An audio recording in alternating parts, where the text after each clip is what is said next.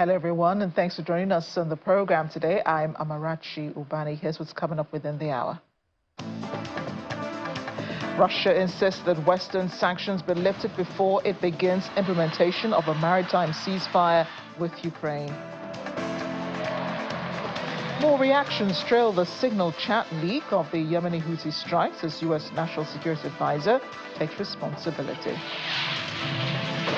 The Sudanese army says it's recaptured airports in the capital Khartoum from the paramilitary RSF. So let's begin the world today. Russia has agreed to a naval ceasefire with Ukraine over the Black Sea after 3 days of peace talks in Saudi Arabia.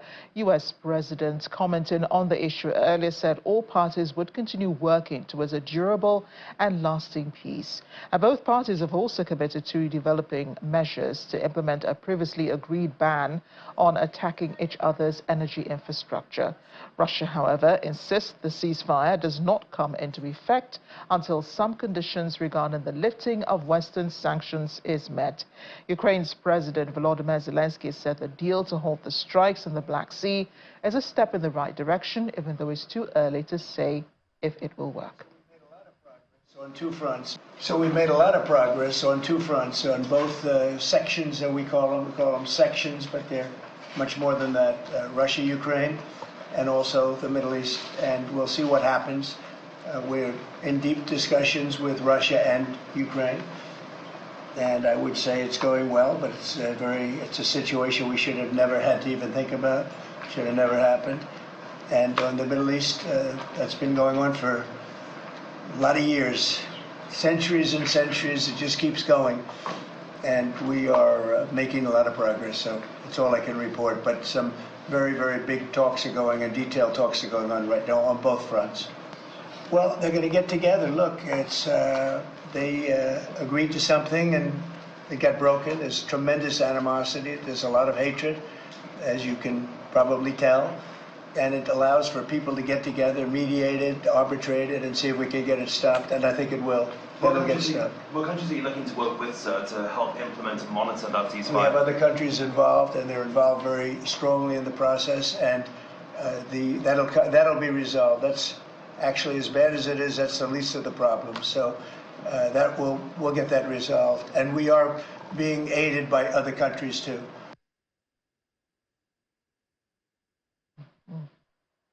Now, more on those sanctions by Russia, that it's requested, believed that they include revoking sanctions on the State Agricultural Bank and restoring the firm's access to the SWIFT international payment system.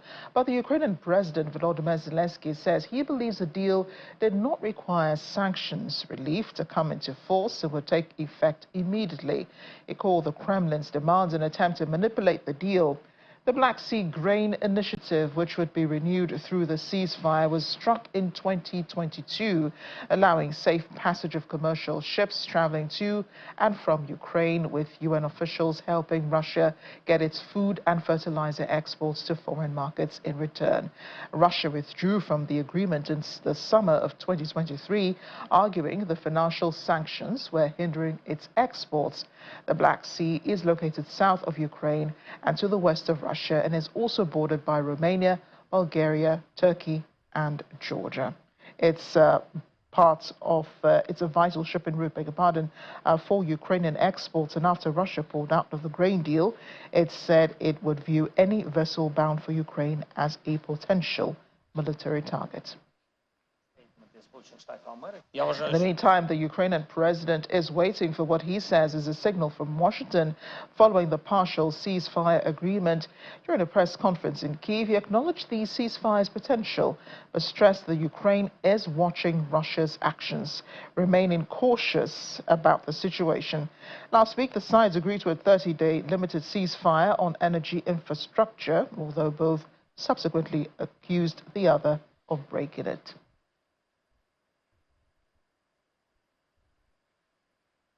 And Polish Prime Minister Donald Tusk has highlighted the significant changes in the global geopolitical landscape, presenting greater challenges for diplomacy, as a third round of talks between the U.S. and Russia wrapped up in Riyadh on Tuesday.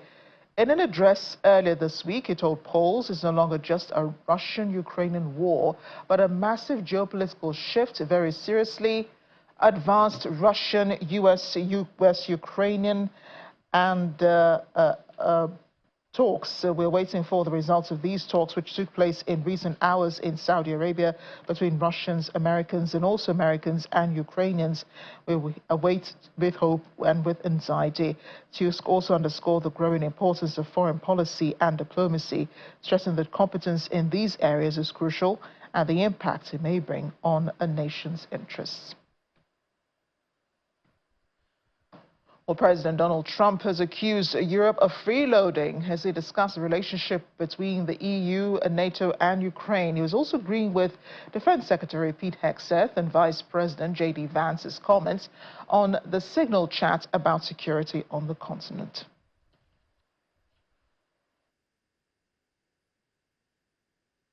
I think they've been freeloading. The European Union's been absolutely terrible to us on trade, terrible. And as you know, NATO, I got them to pay hundreds of billions of dollars. They were way behind. And if you look if you look at Ukraine, so we're in for $350 billion because of Biden. Should have never happened, this war. All these dead people should not be dead. All these broken cities that are demolished down to the ground, those gorgeous towers, the most beautiful in the world, the most beautiful spires in the world. The spires in Ukraine were said to be the most beautiful of all. Just about every one of them is lying on its side in a million pieces. It's so sad to see what's happened to a heritage. No, I think that when they say the European Union and you could say NATO also. Look, NATO, and I don't blame NATO for this. I don't blame Europe for this. I blame Biden for the fact that he didn't make them equalize. And to this day, I said to him, you got to catch up. You got to equalize. Joining us now is international affairs analyst Stephen Hayes. Stephen is in Washington, D.C. Stephen, thanks for joining us on the program today. Thank you. It's an honor as usual. Thank you. Steve, let's talk about these conditions that Russia is given in order for the ceasefire on the Black Sea to begin. President Vladimir Putin wants Western sanctions to be lifted. Is that doable now, given that all the focus is on peace in Ukraine? It's doable if the United States accepts that condition, and I think that President Trump probably will. It's going to make it more difficult for Europe to continue the sanctions. They're going to be juxtaposed against the U.S. position, so I think that's going to be quite difficult. The problem is, though, for Russia really does need that sanction, particularly on agriculture, because they have $45 billion worth of agriculture that goes to the rest of the world, and largely through the Black Sea. So unless they can use the banking system that allows easier purchase of Russian grain, it's going to be very hard to unload that grain. So they need this. So it's why I think Putin put that in. The problem with that, though, is that if you free one, you have to free a Moscow bank from the sanctions to be able to use that in the SWIFT code. And if you free a bank to do that, they can do anything else as well besides just agriculture. It's going to be very hard to monitor. Right, and it does seem he's taken advantage of everything, right? So what do you make of this strategy, this bargaining chip that he has, understanding the situation that you just presented? He's using this ceasefire as a bargain for the removal of sanctions on Russia in order for the Russian invasion of Ukraine to at least experience some relief on the Black Sea, for grain exports to begin from Ukraine to other parts of the world which desperately need them, and for Russian goods to also be able to leave Russia through the Black Sea. What do you make of this strategy that he has applied? Well, it's a smart strategy for Russia. He thinks that Mr. Putin thinks that Mr. Trump will agree to it. I think Mr. Putin's right. And so it's a strategy that begins to lessen the sanctions. I've never been a strong supporter of sanctions, but I think they're now proving to have been fairly effective if Putin now is really squirming under this sanctions, particularly for agriculture. And that's now becoming a very, very important income to maintain the Russian economy and the war on Ukraine. So it's a smart move. Whether it will work entirely, I don't know. I think that there will be agreement on this, and I think the Europeans eventually will go along with it. I don't see that they've got a lot of choice on this one. And the Russian president has never admitted the impact of these sanctions on Russia. And I think other analysts I've spoken to in Russia also say there's very little impact there has been on the economy. But it does put the European leaders in a very precarious, peculiar situation because now they have to decide whether or not to lift those sanctions which were imposed in order for Russia to pull out of Ukraine. They have to decide whether they have to lift those sanctions on Russia. Would this be counterproductive in the end, especially for the European Union, knowing that this is the only condition, and I think that the US president might implore on them to eventually give in, but knowing that this is the only solution that Russia offers, the only condition it offers, saying if there must be ceasefire, then these sanctions have to be lifted. And it's not like the sanctions can be reimposed, when the ceasefire ends. It puts Europe in a very difficult position. They legitimately, given history, fear that Ukraine will not be the last stop for Putin, since he has stated he'd like to reinstate reorganize again the old Russian Empire, the old Soviet Empire, for that matter. So that puts a lot of countries at ill at ease. So it's going to be difficult for Europe, but nevertheless, I think they're going to be seen as losing. They're losing on this issue, and it's going to undermine possibly support for Ukraine. It likely would be the first step if Putin is successful in this. It will be the first step to remove other sanctions as well. And I would agree that the sanctions haven't been particularly effective on Russia because the oil trade has been far more essential. But now the agriculture trade is vital for Russia.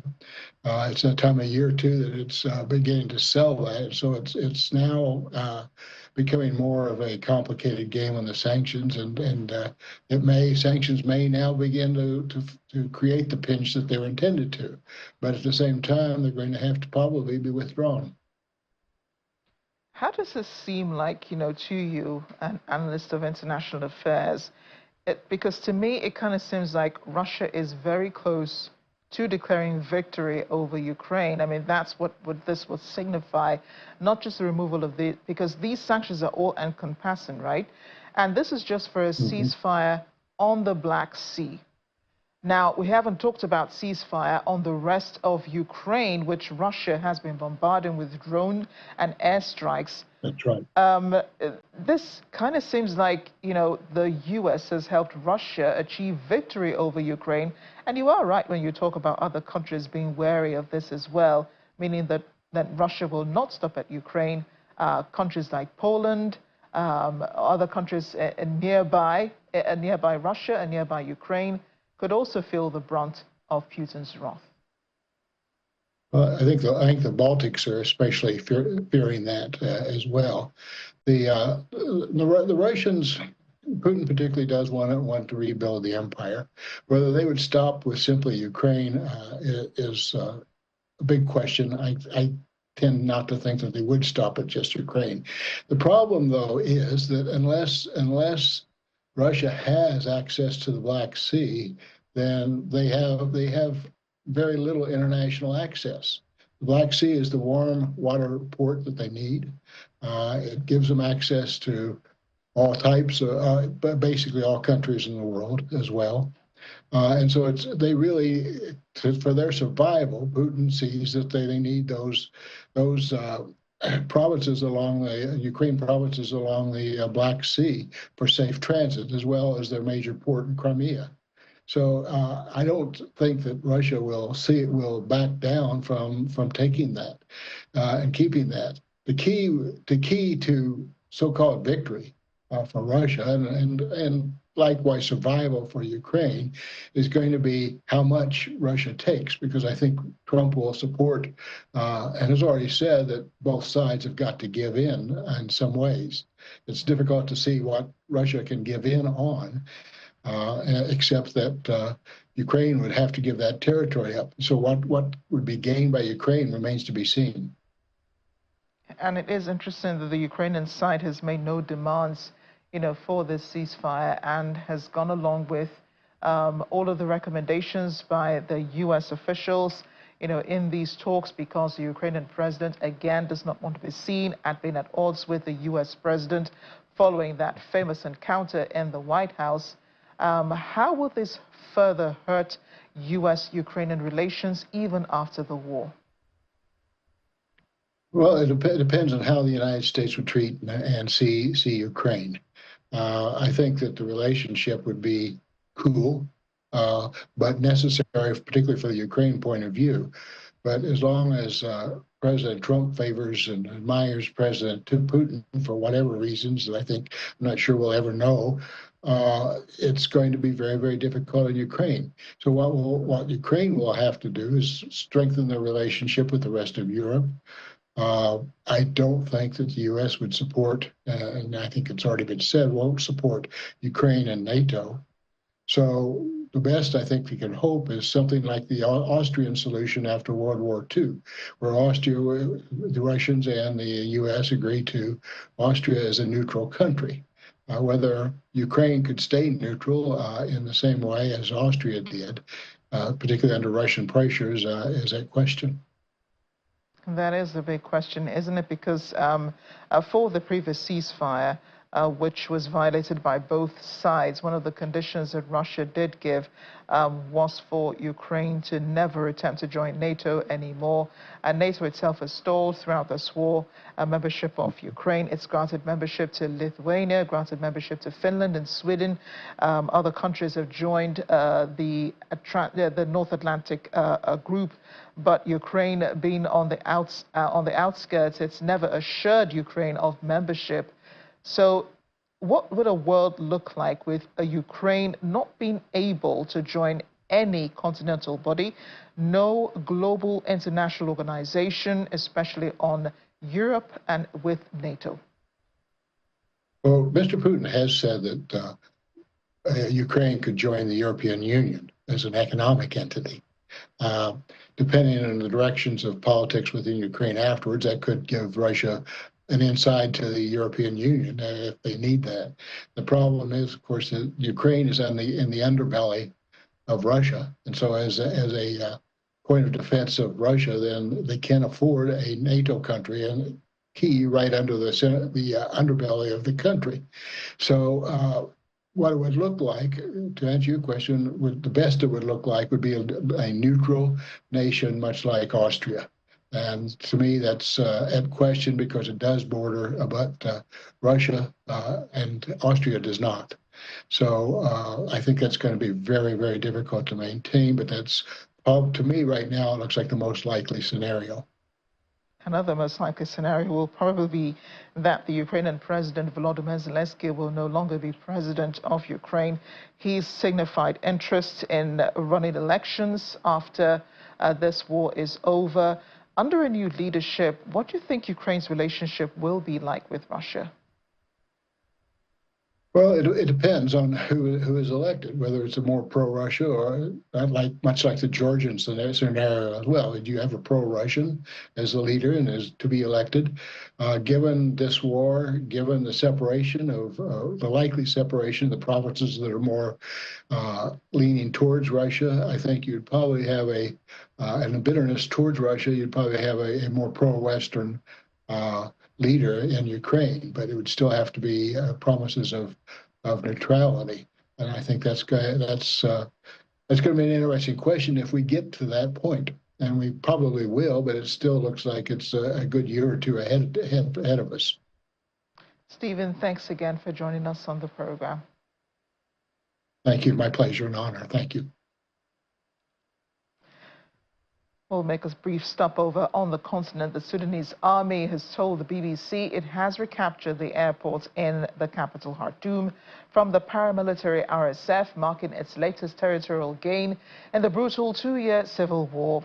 General Mohammed Abdel Rahman al-Bilawi said troops had fully secured it and might be able to clear the rest of the RSF fighters by the end of the day. The army has been moving swiftly since recapturing the presidential palace on Friday, and civilians have been celebrating in the streets as it advances. Meanwhile, aid groups report that at least 54 people were killed in a military airstrike on a local market in Sudan's western region. The attack on the village of Tora on Monday caused a massive fire. The Sudanese military denied targeting civilians, calling the allegations incorrect. However, rights groups have condemned the strike, calling it a war crime due to its impact on densely populated areas. More than half of the victims were women and at least 23 others were injured. The ongoing conflict, which began in April of 2023, has led over 28,000 people dead, with millions more displaced. The situation in Darfur remains dire as both sides continue to escalate violence. Welcome back to The World Today. U.S. National Security Advisor Mike Waltz has taken responsibility for a group chat in which high-ranking officials planned military strikes in Yemen in the company of a journalist who was inadvertently added. President Donald Trump and U.S. intelligence chiefs have downplayed the security risks and said no classified material was shared. But Democrats and some Republicans have called for an investigation into what several lawmakers have described as a major breach. Atlantic magazine editor-in-chief Jeffrey Goldberg reported that he was accidentally added to the Signal chat by a user named Mike Waltz. In his article that broke the story, he says he saw classified military plans for U.S. strikes in Yemen, including weapons packages, targets, and timing. 2 hours before the bombs struck, that content was held back from the piece, he wrote. The White House has accused the Atlantic magazine of peddling a hoax after its editor accessed advanced details of U.S. military strikes against Yemen's Houthis through an errant Signal group chat. A Vice President J.D. Vance asserted that Jeffrey Goldberg oversold what he had, while National Security Advisor Michael Waltz suggested that no locations, sources, methods, and war plans were shared in the group. Foreign partners had already been notified the strikes were imminent. The comments come after the magazine revealed on Wednesday that Goldberg received strike timings 2 hours before the March 13 operation. The Atlantic accused U.S. officials of downplaying the importance of the messages, noting Goldberg learned of aircraft departure times before the strikes had fallen into the wrong hands in that crucial 2-hour period. American pilots and other American personnel could have been exposed to an even greater danger than they ordinarily would face, it warned. The controversy stems from Goldberg's accidental inclusion in the Houthis' PC small group chat, which included top officials like Vice President J.D. Vance, Michael Waltz, Defense Secretary Pete Hegseth, and CIA Director John Ratcliffe. Meanwhile, Vice Chair of the Senate Intelligence Committee and Democrat Mark Warner launched a blistering attack on the Trump administration officials on Tuesday for being careless and sloppy following the latest row over the leaking of the Yemen war plans via the Signal messaging app. U.S. Director of National Intelligence Tulsi Gabbard refused point blank to confirm if she was the TG on the chat, while John Ratcliffe, CIA Director, did confirm he was there. He told FBI Director Kash Patel he wanted an answer by the end of the day on whether the agency was launching an investigation, after Patel told him he had no updates because he was just briefed about it late last night.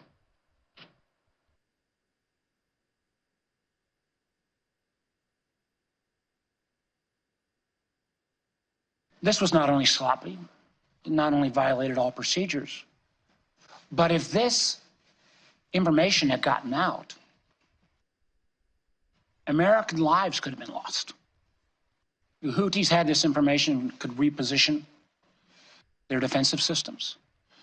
So I want to get a little more information about this. Director Gabbard, did you participate in the group chat with Secretary of Defense and other Trump senior officials discussing the Yemen war plans? Senator, I don't want to get into the specifics. Ma'am, were you on? You're not going to be willing to address. So you're not, are you denying? Matt, will you answer my question, ma'am? You were not TG on this group chat? I'm not going to get into the specifics. So you refuse to acknowledge whether you were on this group chat? Senator, I'm not going to get into the specifics. Why are you going to get into the specifics? Is it because it's all classified? Because this is currently under review by the National Security Council. Because it's all classified? If it's not classified, share the text now. As the White House previously stated, is it classified or non-classified information on this text? I can confirm. Director Radcliffe, were you on the group chat? Senator, I was on a signal messaging group. So you were the John Ratcliffe on that chat? I was. Thank you. Thank you. Can I provide some context, Senator, to that? Yes, but I've got a series of questions. Well, but I think it's important because at the outset you made a couple of comments about signal messaging using encrypted apps. So that we're clear, one of the first things that happened when I was confirmed as CIA director was signal was loaded onto my computer at the CIA, as it is for most CIA officers. One of the things that I was briefed on very early, Senator, was by the CIA records management folks about the use of signal as a permissible work use. It is. That is a practice that preceded the current administration to the Biden administration. Director Ratcliffe, I've got a series of questions. If you're making the statement, if you're making the statement, the signal is a secure channel. No, can I answer that? It is. I've got a series of end-to-end encryption. So to finish, I understand encryption. It is permissible to use to communicate and coordinate for work purposes, provided, Senator, that any decisions that are made are also recorded through formal channels. Right. So those were procedures that were implemented. My staff implemented those processes, followed those processes, complied with those processes, and finally, just please, so my communications, to be clear, in a signal message group were entirely permissible and lawful and did not include classified information. Well, we will make that determination, because if it's not classified, share the text with the committee.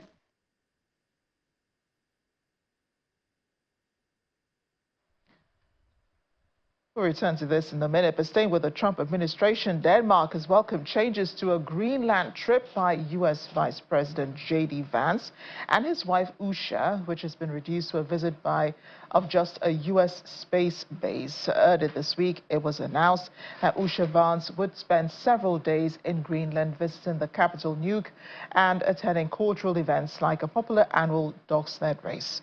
The White House said on Tuesday J.D. Vance would join his wife in Greenland, but that the couple would only spend a day there visiting the U.S. Pacific Space Base on the northwestern coast. U.S. President Donald Trump has continued his threat of taking over Greenland, a Danish semi-autonomous territory, saying on Wednesday, "We're going to have it." Although J.D. Vance will become the highest-ranking U.S. official to visit Greenland, a visit to a U.S. base is less controversial than the original plan for his wife's visit, which Greenland's acting head of government, Mute Eged, called a provocation. Danish Foreign Minister Lars Løkke Rasmussen said today the decision was very positive and that Denmark had nothing against the Americans visiting their own base. Our correspondent around Usha's visit to Greenland this Friday that I decided that I didn't want her to have all that fun by herself, and so I'm going to join her. I'm going to visit some of our guardians in the Space Force on the northwest coast of Greenland and also just check out what's going on with the security there of Greenland. As you know, it's really important. A lot of other countries have threatened Greenland, have threatened to use its territories and its waterways to threaten the United States, to threaten Canada, and of course to threaten the people of Greenland. So we're going to check out how things are going there. And I say that speaking for President Trump, we want to reinvigorate the security of the people of Greenland because we think it's important to protecting the security of the entire world. Unfortunately, Leaders in both America and in Denmark, I think, ignored Greenland for far too long. That's been bad for Greenland. It's also been bad for the security of the entire world. We think we can take things in a different direction, so I'm going to go check it out.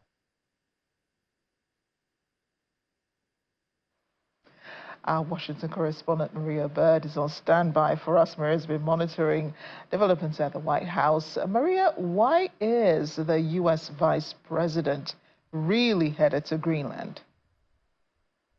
Well, it is very clear that the U.S. Vice President has decided to join his wife. And as you've mentioned throughout this piece, is that the Greenland has been something that President Trump has had his eye on even prior to taking office with this administration. And so it appears as if our vice president has joined his wife what they are calling a dog sledding cultural event for a couple of days, and also to, most importantly, visit the space base.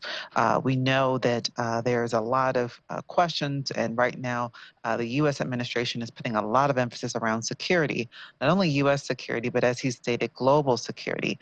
And the real question is whether or not what will be done over these next 2 days has anything to do with the president's aspirations of potentially having Greenland a part of the United States. We know that Greenland is mineral rich. We know it's strategically located. It's an extremely large island, and one that the U.S. Potentially has some eyes into. And so the Vice President obviously is there for potentially more than just being able to do some cultural events, but also some of the security pieces, and potentially to further discuss what the president has noted as an interest for the U.S. and Greenland. Yes, and that was actually going to be my next question, because Trump has said previously that, in fact, he even said today they were going to have it, referring to Greenland. He's been very interested in the world's biggest island. And it really begs the question, why go that far? I mean, Greenland used to be a base for American military equipment, as well as weapons. This was, I think, during the Cold War or something, or, during one of those wars in the past. Yeah, I think my memory does serve me right on that one. And then you have lots of abandoned military equipment on the island already. And, it really begs the question why America really wants to get back on this piece of land. Is this because China is interested, as well as, Canada and these other countries? Well, I think you bring up some key points. We know that natural resources are vastly underrepresented in the United States and are heavily depleted. And there's so many challenges around the environment and global warming. And then specifically, as we look at some of the natural resources that currently exist in Greenland, as you mentioned, was typically used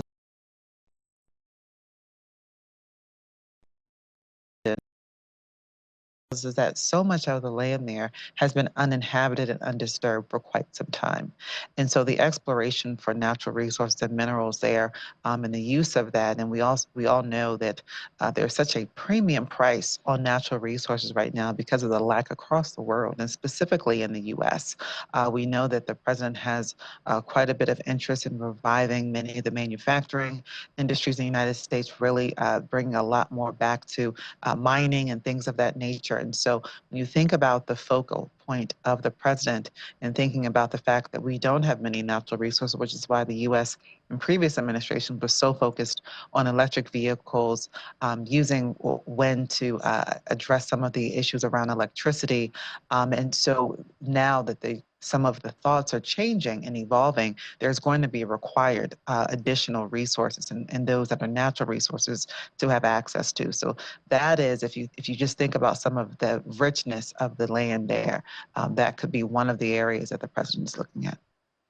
Yeah, so America wants to acquire Greenland. America wants to integrate Canada, but yet there's no full integration for regions like Puerto Rico. Pretty interesting. But I want to backtrack, Maria, to the talk about the Signal Group leak chat. And I want to ask you one of the questions an editor friend of mine asked me, and that was that when the Atlantic News editor-in-chief discovered that he had been added to a high-profile group like this, Could he have exited the group, perhaps, knowing and recognizing some of the figures in the group, the Vice President J.D. Vance, Pete Hegseth, and a few other names that may have seemed familiar, and then the kind of conversation that was going on in the group chat? You're exactly correct. He could have exited the group chat. That is something that could have happened. We are obviously in very different times. Classified information and security around information has been one that many Americans are concerned about. Many Americans are looking to see how that will, the response to that. And so, as you know, as we know, your eyewitnesses for the public. Your duty is to be able to provide the public with truth and as much information as possible. And so I think that reporter, really thinking about the integrity of journalism is really what I think is at question is, was it journalistic integrity that led him to stay in, or would journalistic integrity have led him to have removed himself? And so you now are in, I think, what many are going to be spiraling in their minds around what will happen if this happens again? What if it wasn't a journalist and it's someone else? What if it's someone that could be potentially a security threat to the nation? That information is shared. And so, but it was stated that there were no war plans being transmitted. And so they personally did not feel that it was something to drop out of. But I do think that does bear the question, kind of the integrity for that piece as well. So I did see snippets of the Senate committee there drilling some of the national security personnel in the U.S., Tulsi Gabbard, Ratcliffe, and, Kash Patel and so on. But Mark Waltz, the national security advisor, is taking responsibility for what happened. He was the one, he admitting Goldberg into the group, but will there be any repercussions for what he's done? Well, I think that's the question. I think that's what Senate is moving forward on. I think that you're going to have top Democrats really hammering home that there should be some punishment for this type of what might be considered as an accident, whether or not it was an accident, or what actually occurred in that situation. And so the Senate is going to work very hard, especially those top Democrats, to find ways in which legally he can be held accountable for this. Because again, what is going to be the question is what would stop this from happening again, and what would stop this from happening in a way in which it could be a greater security breach that could be exposing things that put the U.S. Potentially at risk. And so the Democrats are going to be working hard to see if there's some sort of contempt or something that could happen in that nature, and how to enforce that upon the executive branch of government, and specifically the security advisor in that area as well. But this will take, it won't be an overnight process. It'll take a couple days. Thanks again, Maria, for bringing us up to speed on this. Well, hundreds of people have taken part in the largest anti-Hamas protests in Gaza since the war with Israel began, taking to the streets demanding the group step down from power. Masked Hamas militants, some armed with guns and others carrying batons, intervened and forcibly dispersed the protesters, assaulting several of them. Videos shared widely on social media by activists typically critical of Hamas showed young men marching in the streets of Beit Lahia, northern Gaza, chanting, "Out, out, Hamas, out." Hamas has not commented directly on the protest, but in a statement earlier today, it blamed Israeli Prime Minister Benjamin Netanyahu for resuming the war. And Gazans have been queuing up in front of a bakery as shortages of both flour and fuel and closed border crossings trigger fears of a widespread famine. Abu Muhammad Totar, head of logistics at Al Yatsi Bakery, says fuel is vital for operations. He says he's greatly concerned that the reserve would only last 5 days. So if the closure of the crossing continues for another 5 days, a famine would be looming and it would be overwhelming. Israel closed a border crossing to the strip, including deliveries of food and other goods, as negotiations stalled on the ceasefire with Hamas. It also claims it has allowed sufficient aid in, blaming the UN for issues in distribution and Hamas of commandeering supplies. Humanitarian organizations, including the United Nations Relief and Works Agency for Palestinian Refugees, UNRWA, said the crisis in the Strip was worsening, while Gaza's Government Information Office has warned of a hunger and malnutrition outbreak, especially among children and the elderly. Welcome back. At least 24 people have been killed as devastating wildfires continue to sweep through South Korea's southeast region, forcing more than 23,000 people to evacuate their homes. Authorities report that most of the victims are in their 60s and 70s, while at least 26 others are injured, including 12 in critical condition. The ongoing fires have been described as unprecedented and are rewriting the record books for the worst wildfires in the nation's history.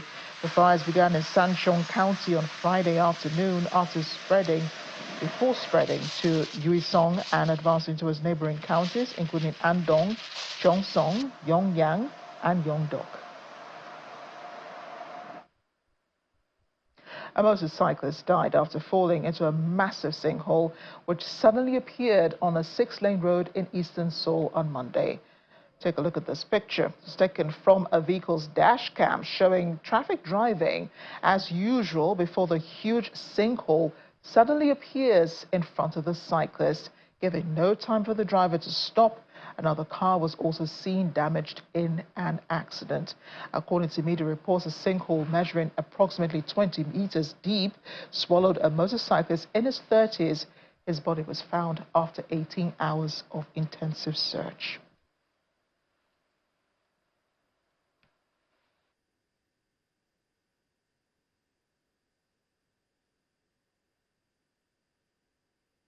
Something even more cheerful. A Sejong Museum of Arts in Seoul presents an innovative alternative to overcrowded historic sites, immersive digital installations that reimagine the splendor of Korea's historic gardens and palaces through the medium of technology. Visitors stand in awe, silently marveling at the exhibition's interactive highlights, such as a breathtaking 6-meter-high waterfall that cascades overhead, inspired by the Burial Falls of Mount Juri in South Gyeongsang Province.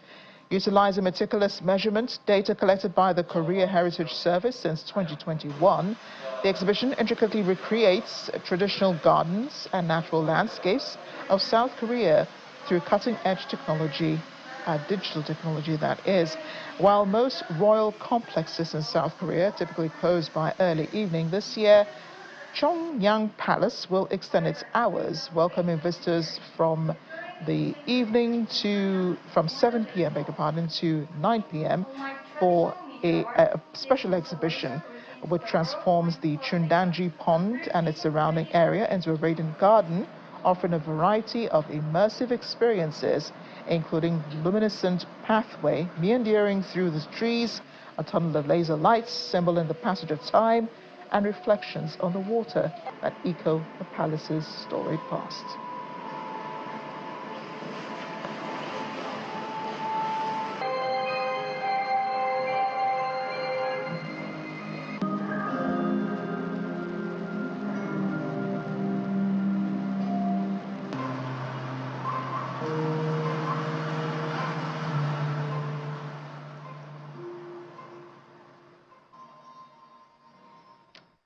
As Muslims continue the fasting in the holy month of Ramadan, volunteers in South Africa cooking up a massive iftar meal, very often these days, to feed thousands of people. The organizers say the meal is a lifeline to many in need.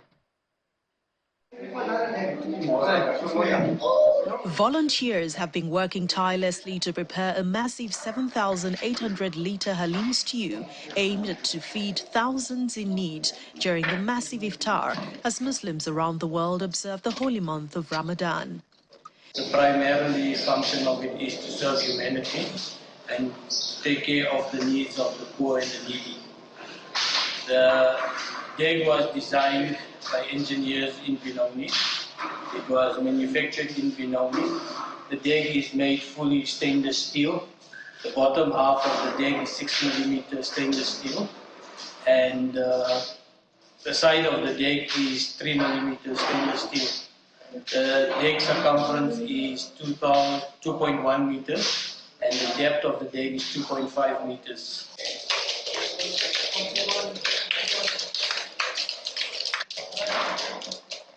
In Johannesburg, volunteers at Imam Ahmed Raza Jami Masjid Mosque prepare halim stew inside the dike, showing the preparation of spices, the slow boiling of lentils in separate pots, and the final cooking process.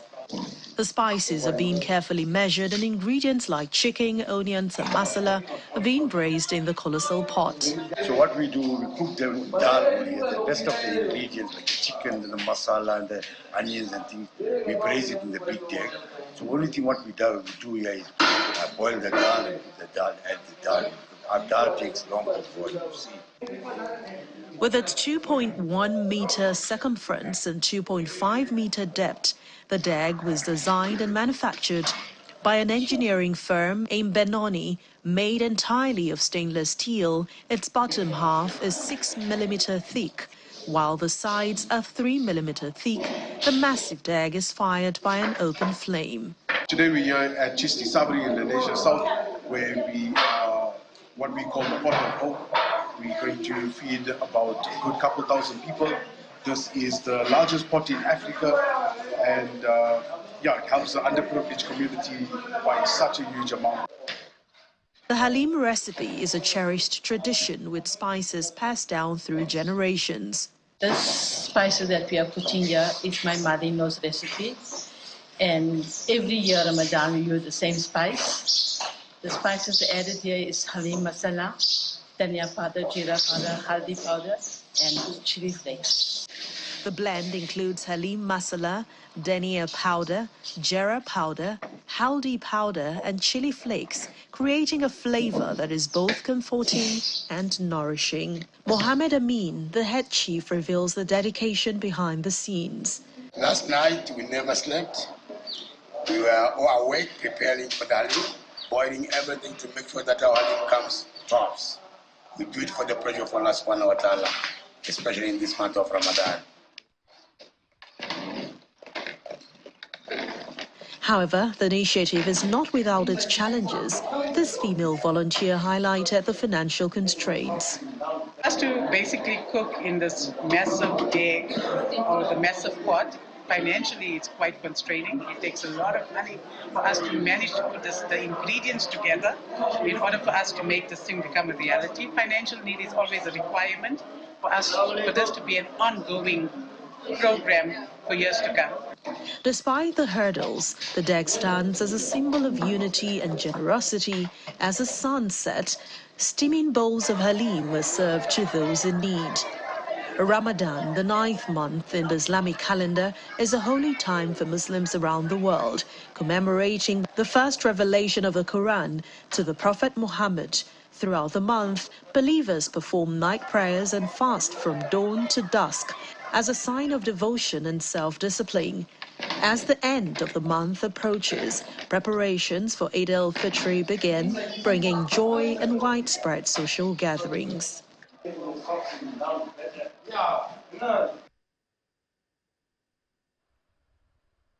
It all looks really delicious, doesn't it? Now, more than 200 athletes with different forms of disabilities are featured in the scientific training and analysis program at the swimming pool of the National Stadium here in Lagos, Nigeria. The athletes, drawn from different states across the country, appeal to government to support para-sports to enable them participate at global championships, including Paralympic Games. The Vice President of Para-Swimming Federation of Nigeria, Bose Kafo, said the program was used to collect data on the athletes' performance, time, endurance level, and general knowledge of the sport. The multiple Olympian added that the data collected will help in furthering development of para-swimming.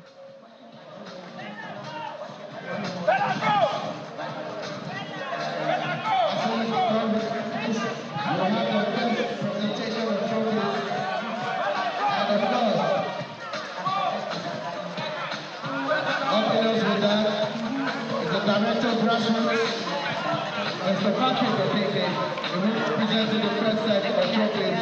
We want to encourage him to make his way. Swimmers out.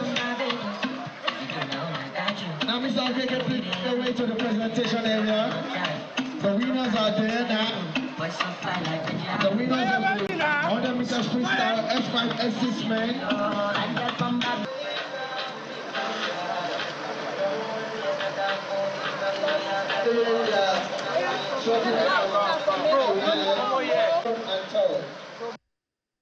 It's been good, it's been great. I've had a lot of experience through the training. The coaches have put us through, one or two things, and it has helped us in this competition at least to get to that goal that we want to. We are not there yet, but it's a stepping stone. And we hope that more of these competitions will come up to help the para-athletes. Almost 25 to 30 of these guys were on the list of the national team, and if they could be so, I cannot travel with you because I don't know your performance. So when we brought them together, I need to see what you have been doing. Then I want to see your speed, your resistance training, the power, the velocity, and I know that power goes a long way, but we can do that by using velocity and the displacement. If you look at the history of sport in Nigeria, you understand that the disabled, in quote, for me, they are able people in different ways, all right? They have brought in more medals for us, and supporting them today is just to demonstrate our belief in them, that in their abilities. Sometimes when people have disability in certain area or organs of their body, they compensate or overly compensate for such disability in other parts of their body, all right? And so they are able to do much more. You can watch more on Sports News coming up shortly after this. I'm Amarachi Ubani. Thanks for watching.